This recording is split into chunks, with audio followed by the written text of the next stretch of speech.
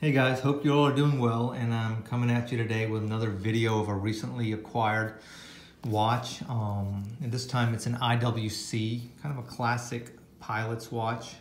This is the IWC 3717. This is the Pilot Chronograph from IWC.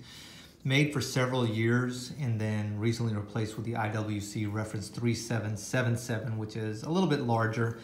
But still has a similar dial layout. We'll get to the watch itself in a minute, but I wanted to show you something really interesting. I'm not going to show you the box itself because the box has really degraded.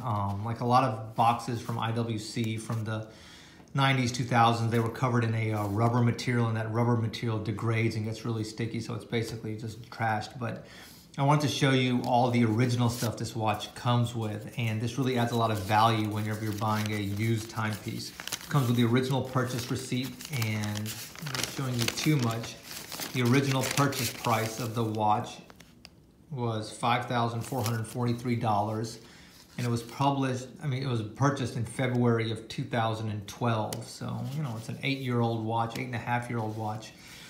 It has everything that came with the original watch. The stickers, the sticker on the case back, and so it's really nice to see all the stickers retained. That adds a lot of value for people that buy watches, you know, on the secondary market. This is interesting. So it comes even with the original IWC polishing cloth. So that's a nice little perk there. I'll put that back away.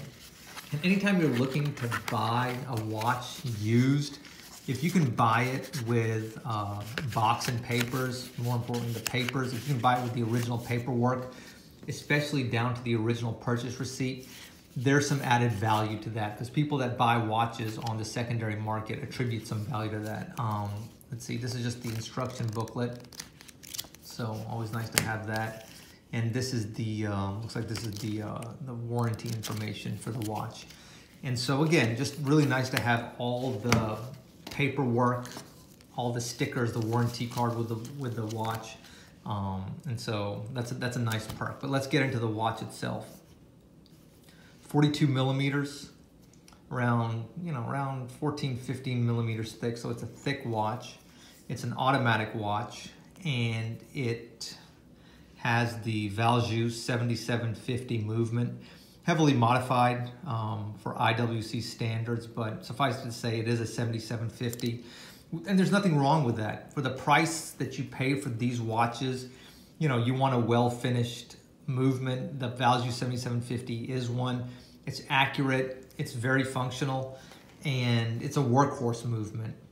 You know, I'm not paying, you know, $10,000, $12,000, $15,000 for this watch. This watch is well under $5,000, although prices on these 3717s have crept up in recent years, and I personally think they're going to continue to creep up because this watch is really a sweet spot in terms of the sizing. It's a perfect 42 millimeter size. It has great heft, great thickness. The newer stuff is a little bit too large. And so this was really a sweet spot. This replaced a smaller watch, a 39 millimeter watch called the reference 3706. And this one, like that one, also uses a 7750 movement, but I just feel like the styling of this one is just so classic IWC. It's super legible, beautiful hands. The lume is only present at 12, 3, 6, and 9, but the hands are luminous, of course. I love the little hit of red on the seconds hand. I mean, that is awesome. Day and date function, so a highly functional watch. Let's activate the chronograph so you can see how that function feels. So a little bit of pressure, and there it goes. Nice and smooth, easy. It does have you can hear the rotor, you can feel the rotor, especially if you're wearing it. It's soft though, it's very dulled, and I think the improvements that IWC has made to the movement pay off some big dividends.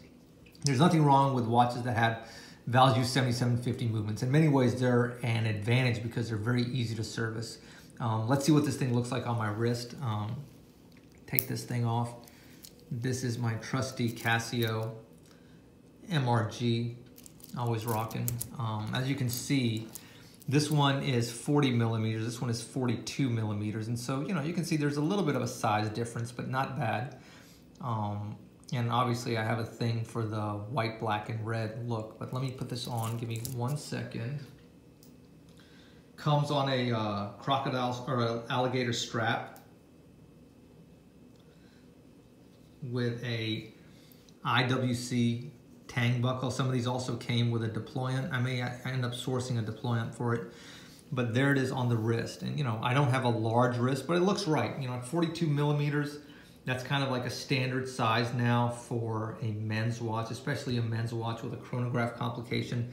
Not too large, looks good on the wrist. It's a little bit thick, I'll give you that. Let's compare it to the MR-G in thickness. So compared to the MR-G, you know, which is also a thick watch, not too bad.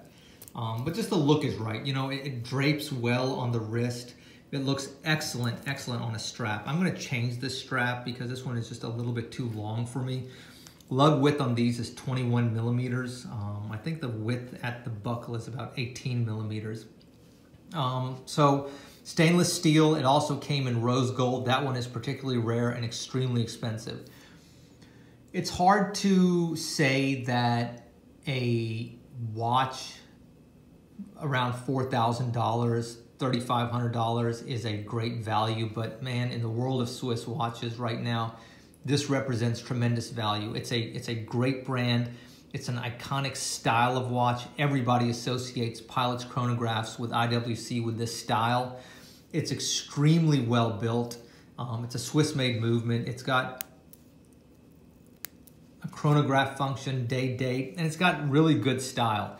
It's a watch that's instantly recognizable for people that, you know, are into watches. And, you know, like, what does a Rolex chronograph run me? I mean, you're not even going to touch a stainless steel Daytona, even some of the older models, for less than, you know, 20 grand anymore. For $3,500, $4,000, $4,500, you know, you're looking at a great watch with a lot of style that is tremendous value and will retain its value. You know, these have depreciated all they're going to, and like I said, these 3717s are kind of a sweet spot, and they're actually going up in value now. Anyway, as always, I'm rambling. I hope you guys enjoyed this quick look at a really cool watch, a watch that I've wanted for a long time. I finally was able to get it at a good price with all the paperwork also, so that's an added bonus. And I'm looking forward to wearing it. Anyway, thank you guys, appreciate it. Take care.